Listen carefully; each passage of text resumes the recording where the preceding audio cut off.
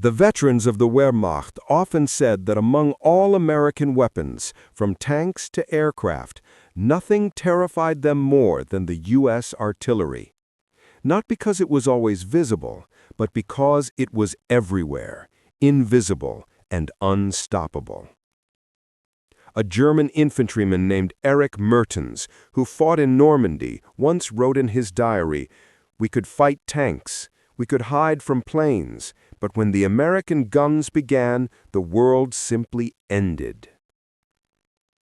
Unlike the clumsy barrages of World War I, American artillery in 1944 struck with speed and precision that seemed almost supernatural. German patrols would move silently through the hedgerows, believing they were undetected. Then, a faint whistle. A heartbeat later, hell would erupt around them. Shells came not in slow, scattered rhythms, but in perfect unison. The terrifying time-on-target technique. Dozens of guns fired from miles away, carefully timed so that every shell arrived on the target simultaneously. To the Germans, it felt like a single gigantic thunderclap from the sky. Many soldiers didn't even hear the shots that killed them. The first sound was the explosion itself. As the Allies advanced through France, American gunners gained a reputation for reacting faster than any German artillery unit. Within minutes of spotting movement, the U.S. could coordinate a deadly strike.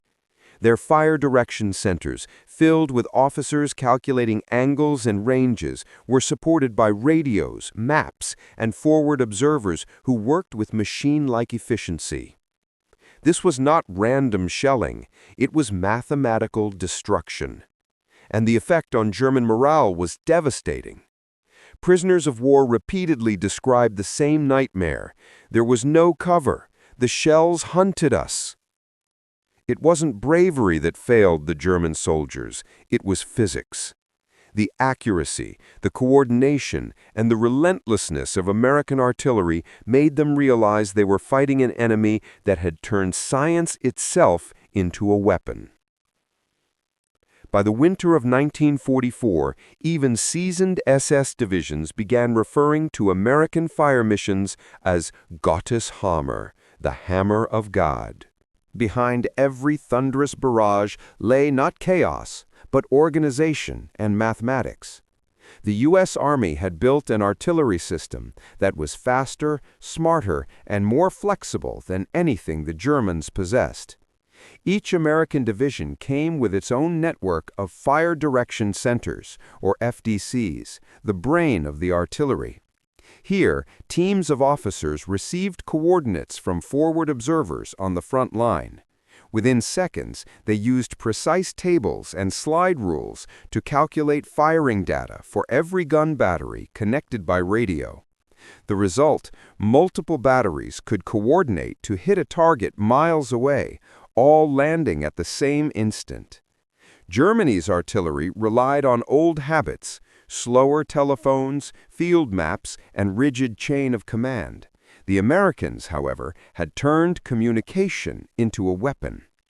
Their use of short-range FM radios meant observers could call fire missions instantly, no delays, no confusion. And then came the revolution, the variable time fuse. This small radar-equipped device allowed shells to explode in the air above a target rather than on impact, showering shrapnel downward like deadly rain. To German soldiers in the open, it was a nightmare. Foxholes offered little protection against it. One German officer, stunned after surviving such a barrage near Aachen, said, "The air itself exploded. You could not escape it." The sheer production power of the United States made this system unstoppable. Tens of thousands of 105mm and 155mm howitzers were supplied with endless ammunition, manufactured day and night in American factories. It wasn't just better guns, it was industrial warfare turned into precision art.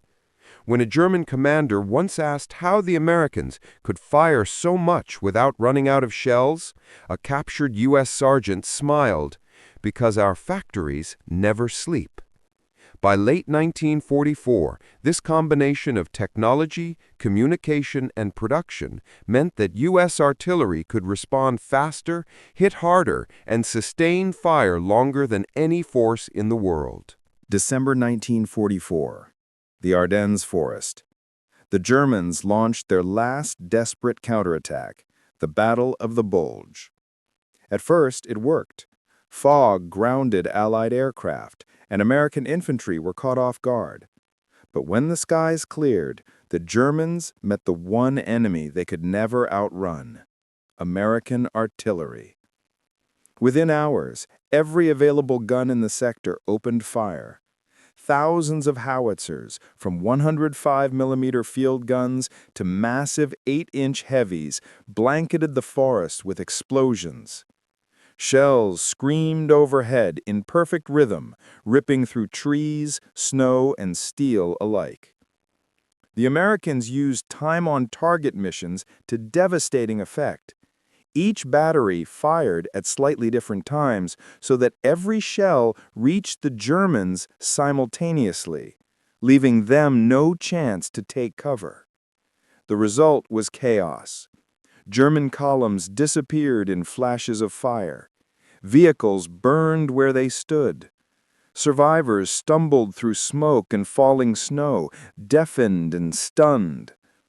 One captured German officer later said, "We never feared your tanks, we never feared your rifles, but your artillery. It was like fighting the end of the world." At one point, American gunners fired over 1 million shells in a single week. The logistical miracle behind that, trucks, trains, fuel, and endless ammunition, symbolized the full power of U.S. industry. Even when German tanks advanced, artillery crews stayed and fired directly at them, turning their howitzers into anti-tank weapons at point-blank range. When the smoke cleared, the German offensive had shattered. Thousands of soldiers were dead or captured, and many survivors spoke only of the steel rain that crushed their will to fight. In the frozen forests of Belgium, the U.S. artillery proved it was not just support, it was the decisive weapon of the Western Front.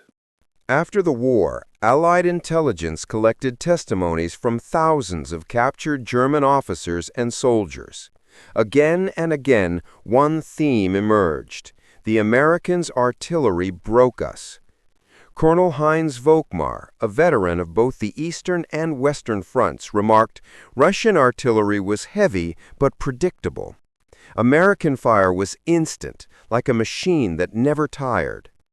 The Germans were astonished not just by the quantity, but by the speed and coordination of U.S. fire.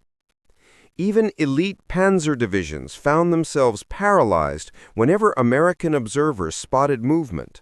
Within minutes, the shells would fall, precisely, relentlessly. Another captured artillery officer, Major Otto Reinhardt, said in 1945, "We could not understand how they always knew where we were. Our lines vanished before we could even answer." German engineers examined captured American guns and were surprised by their simplicity and reliability. The 105mm M2A1 howitzer could be disassembled, moved, and reassembled in minutes, a perfect weapon for mobile warfare. Meanwhile, U.S. gunners were trained to perfection. They could lay, aim, and fire under pressure faster than any comparable German crew. This discipline turned every American division into a small fortress of steel. By the time the Allies crossed the Rhine, German morale was shattered. Many units refused to advance in daylight, fearing observation from forward air and artillery teams. Artillery had become the unseen monster, striking from beyond sight, beyond sound, beyond hope. As one German POW whispered during interrogation, "You Americans fight with the earth itself.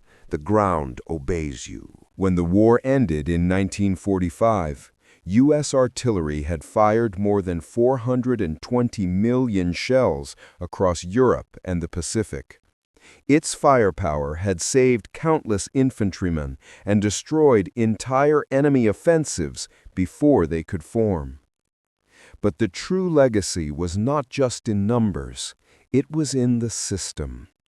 The United States proved that victory didn't depend only on bravery or even superior weapons.